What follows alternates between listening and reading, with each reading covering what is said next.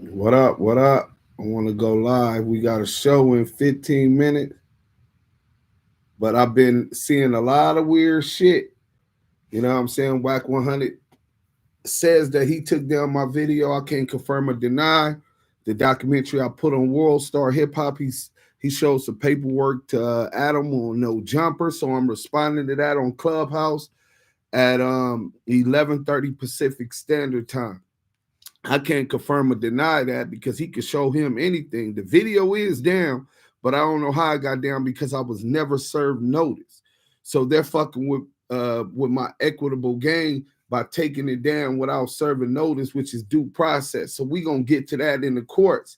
But in the meantime, I've been seeing that videos that bring up the evidence showing what Wack100 position was on being a confidential source have been coming up missing. So tell me if in the chat, let me see if y'all in the chat, man. Everybody hit that like button when you come in.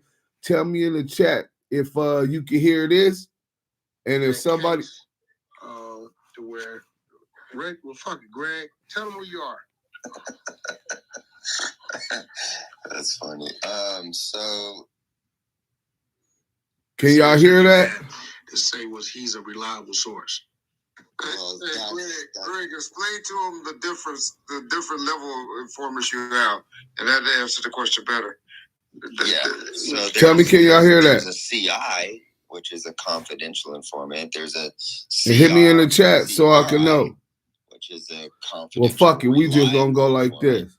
There's a fuck witness, it. I know how to do it. Levels of informants and sources of information. All right, we're gonna go ahead and do this real quick. All right, and that's on bear with me. I'm finna get y'all on this before they take this off. Yeah, they've been taking off all the evidence that we use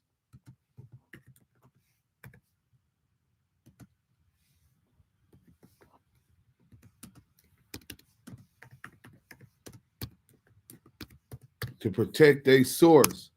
So what we finna play this. Oh, here it go right here. Bam. So we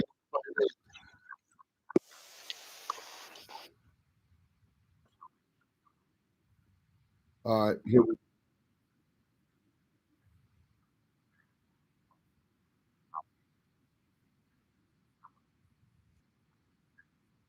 At that point in time, listen to that. He didn't even know what was going on with Stutterbox in them. Which is a confidential, reliable informant. But there's a witness. There's different levels of informants and sources of information, and so as cops, we're just going to listen to everybody, and in time, you prove whether or not they're reliable or not. But you don't just disregard somebody because you haven't proven their reliability. Share it is. So, I don't know what Box had going on, the whole Main Street thing and all his drama and background going on with that case. I became involved in it later. But at that point in time, involved later. They're just. I hope y'all caught that. He did not know what was going on with Stutterbox in the Main Street case. He got involved later. So when we talking about Wack100 being CS2 back on the Main Street case, Wack100 tries to divert that and humiliates not only himself but you guys for believing him when he says that Greg Kading was the head of that investigation. What was multiple investigations? Hollywood Sheriff Department investigation, LAPD investigation, as well as a federal investigation and a DEA investigation into drugs. So FBI and DEA. But we're gonna run that back one more time just so they could, if they take it down from these other sites, we still got it on here. That's all I'm really doing. This guy, he may be able to give them information. And so, as cops, we're just going to listen to everybody. And in time, you prove whether or not they're reliable or not. But you don't just disregard somebody because you haven't proven their reliability. So, I don't know what Box had going on, the whole Main Street thing and all his drama and background going on with that case. I became involved in it later, but at that point in time, they're just saying, hey, you should talk to this guy. He may be able to give you some information that will help with your case. Some other niggas That's sent it. him his way. Hey, Greg, so could you tell them what level they told you that he was? Was he reliable? Was he a CI? Had he worked in the past for them? Or what, if you could tell just a different level that that they represented to you that he was? Yeah, and to be perfectly honest, I don't remember exactly what the language was or what qualifications were. It was just like, hey, we have this guy, says he can help you guys out. We're working with him on something else, and so give him the time to hear him out, and that's it. I don't remember if they said he's established as reliable. You portrayed him as a reliable, meaning that he gave reliable information in the past in the movie. Just FYI. Yeah, well, it's a movie, so people do what they're going to do to make these stories more entertaining. I'm just telling you that what actually happened. It was your movie. Box, hold on, Reggie. When you got with Box tells you that it's this guy that if you look into him, Mike could give you or lead you to him doing some illegal business with Suge Knight. That was his whole thing. Yes. And that guy was me. You're right. So where did it go from there? So we said, all right, we'll give this information the benefit of the doubt. And we began to kind of look at you and figure, okay, well, the claim is that they're doing interstate transportation of narcotics. And so we do what we do in order to determine if there's any truth to that. So we start investigating you. And as you know, it runs its course. We don't find anything incriminating or anything to validate the claims that Box had made. And then, what steps did you take, Greg? Like the things happened to me with my home. Like y'all really fucking looked into me. Yeah, we did. We looked into you. We wiretapped you and started to track your truck and do everything we could to verify whether or not the information that we were receiving was valid. And ultimately, it turned out not to be. We did a search warrant at your house and came up pretty much empty-handed, with the exception of some worn-out old gun that I think belonged to your wife's dad or some shit like that. And but that was it. It was ultimately a fucking waste of time. All right, so then, I then came down to, I believe that's the federal headquarters on fucking Wilshire. I think of my representation at the time might have been Jeff Brody, right? Mm-hmm. So I guess the story is when I came down to Wilshire, I came down there to inform and not pick up whatever little items I had, or I don't know what the fuck that was, but I know I had to come down to that Wilshire building, and I came down with my legal, which was Jeff Brody. I guess his whole narrative is I went to the Wilshire building to inform, which I don't know why I would have to inform because I was never subject to any arrests or anything like that. So you let them know what my trip down to the Wilshire building entailed. Yeah, so I remember that day, and you came down there, and we basically just confronted you on the allegations and explained to you why we were doing what we were doing, giving you the opportunity, with the hopes that you would know something that could help us out. To talk to. Turned out you really didn't have any information that was beneficial to what we were pursuing. He had to waive that. That was it. We said, hey, here's why we're here. Here's how we got here. He's going to refer to Wack100. This is all there ultimately is to it, unless you have something you want to tell us, which was essentially nothing. Essentially. All right, and then in your paperwork, I don't know how was I referred to? Was I referred to Wack, Cash Jones? They have this Back name. I don't know who the fuck Back is.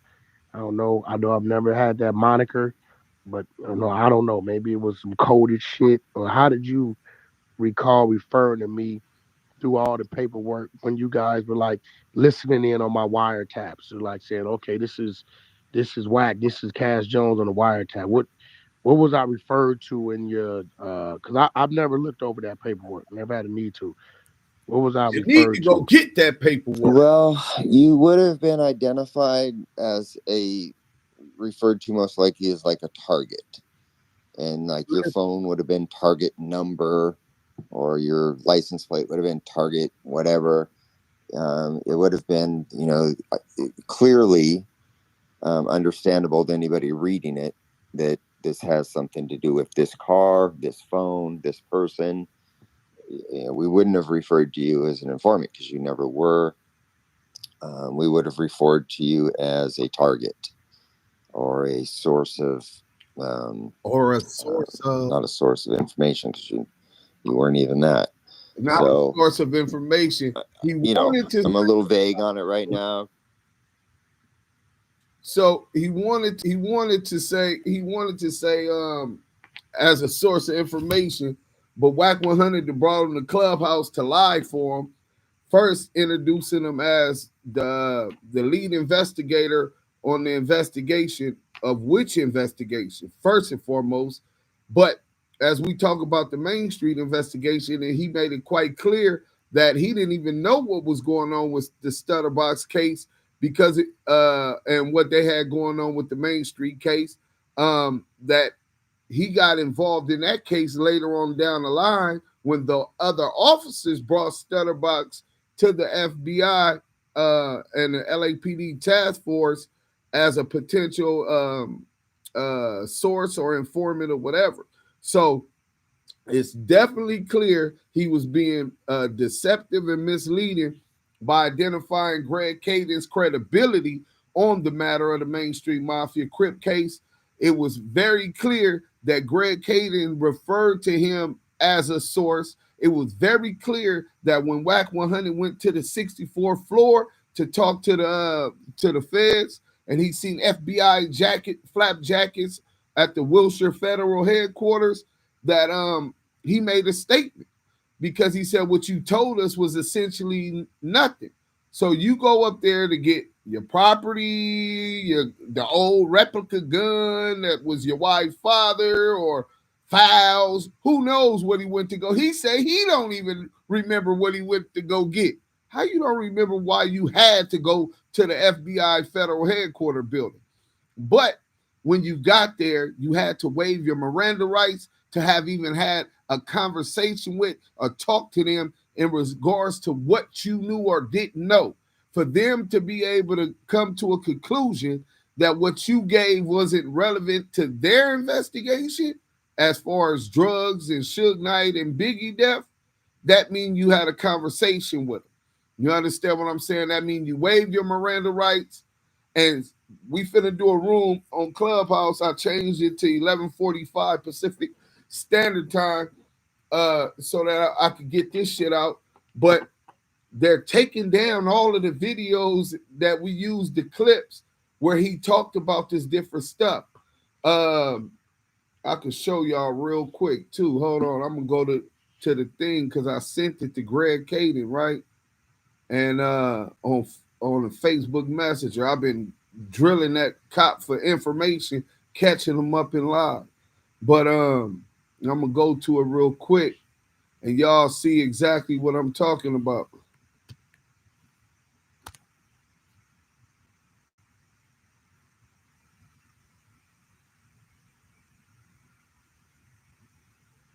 Hold on.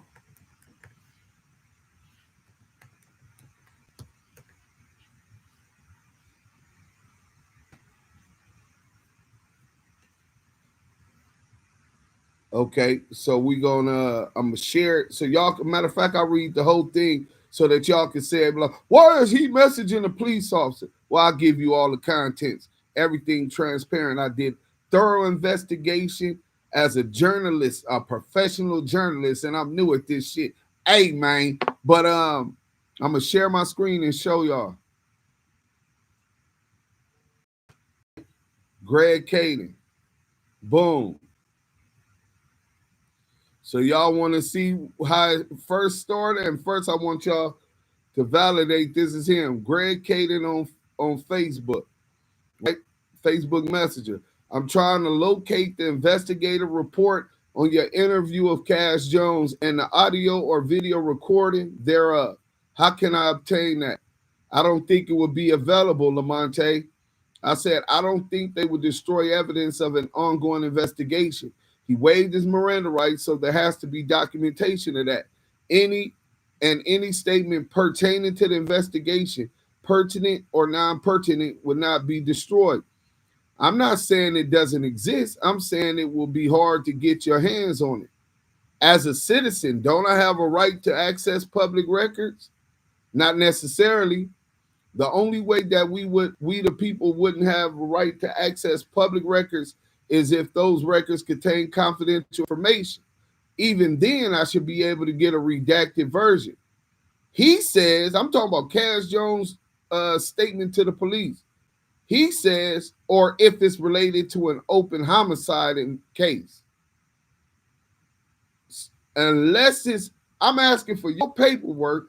Why is he saying I can't have these public records because it's related to an open homicide case? Don't let that go over your head. I understand that. That in itself indicates enough about the contents of Cash statements therein. Jones didn't provide any pertinent info as far as we were concerned. Not alleging he did. But what is pertinent to you and what is pertinent to the public is subjective. Tupac is still very loved religiously, so what happened or is alleged to have happened should be available to his family and followers. He says, subjectivity aside, it is not practice nor purpose of law enforcement to involve itself in public affairs that are of a non-criminal matter. If Cash has something to say about Pac that is criminally non-pertinent, you can simply reach out to him and request an interview. He then can make his own choice. To help you further, I believe Jones was in CYA at the time both Pac and Big were shot. You can probably verify that. Therefore, if he was incarcerated, any thoughts he had about the murders would be mere opinion or hearsay. Said, thank you for your help and assistance. So then I come back and load up, nigga. You thought I was done? As far as your task force for Tupac and Biggie murders, but I specifically questioned the Main Street case, the kidnapping the Stutter Box. Yeah, that's an interesting story. He Miranda rights and spoke with you in relations to the Tupac Biggie murder investigation. You admitted that you didn't know what was going on with the Stutter Box and Main Street case at the time you spoke with Jones. It wasn't until later that you got involved in the case. So then he comes lying. I just played for y'all the clip where he admits that he didn't know nothing about Stutter Box in the Main Street case until later on. I was there when it started. So I send the link I just played for you guys. Greg Kading says he doesn't know what Box has going on with the Main Street case, but I put back on the clip. Then why did you say you didn't know what was going on with Stutter Box in the Main Street case? Question. So you were adjoined to the Fed case before it started? He sent this. You can see this picture. January 10th, Thursday. This is 2008. Work 0600, 9 a.m., 12. So he was working on the Fed case, which preceded Stutterbox ever even getting kidnapped. So I said, oh, okay, that makes sense. He said the investigators on the Main Street Crip case asked me to help them federalize their case. So now he admits that the investigators were investigating the Main Street Crips, got at him to make it a federal case. And I opened up the case as a federal case 2 weeks later. The case name was The Main Attraction, January 2008. For those who don't know, the sheriff's case for the kidnapping was called The Main Event. Oh, okay, that makes sense because Cash Jones admitted that he went to the 64th floor in Wilshire to speak with you guys and saw everyone in FBI flat jackets. So Cash Jones did speak with the investigators in the Main Street Mafia Crip case. So when you said, as the lead investigator for Tupac Biggie murder investigation, Cash had nothing pertinent to add, that didn't include any information that he may or may not have provided pertaining to the Main Street Crip investigation. He didn't have anything to say about anything. You just you just said he talked to you. So we want to know what he said.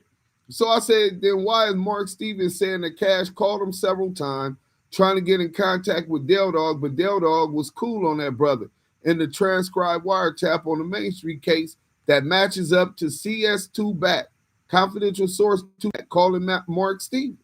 In the wiretap, Mark Stevens even refers to not helping the whack boy in a long time, while telling Dale Dog that he just called several times saying Box went sour and the phones are compromised. I sent them the paperwork, I sent them my documentaries, part 1, 2, 3, and 4, and my interview with me and Yael, the podcast we did going back into it. You did a movie with the Hollywood effects. I did 3-part documentary investigating the real truth, questioning 2 players directly involved. I'm telling you, Cash Jones is not an informant, period. You can choose to believe or you can choose not to. I don't know what else to tell you. I bet. Thank you for your information. So then, once we released that video, I put it. Then I played this for him. Let's get this on tape. So in case they try to take this clip down too.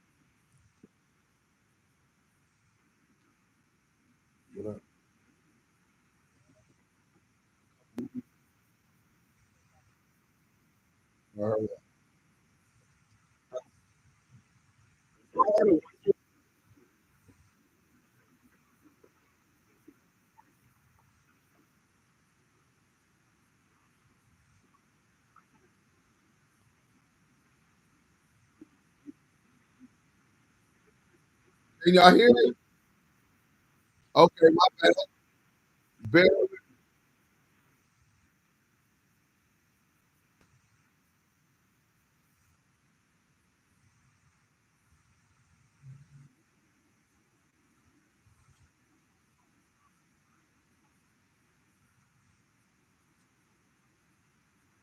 Period. I just got done. I just hold on.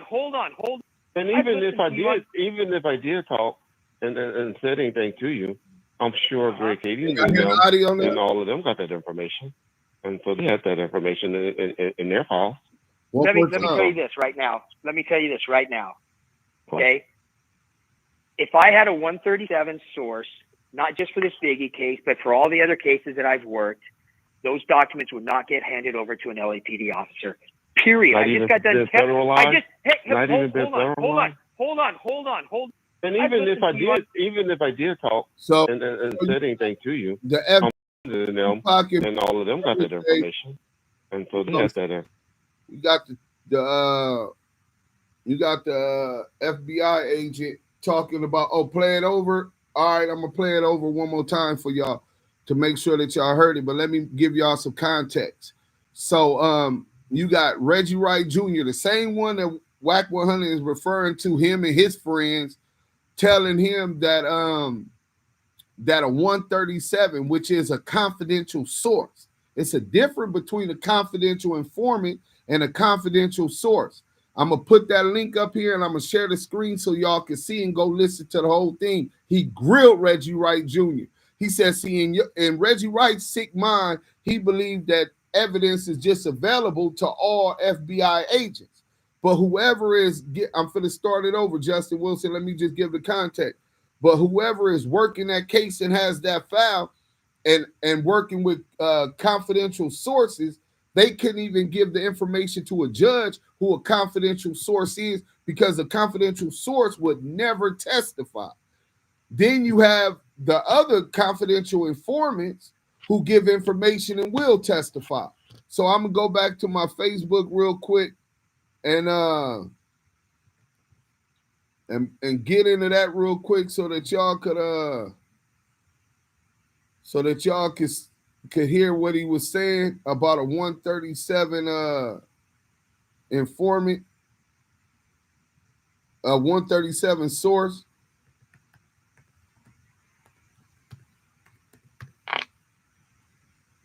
Boom.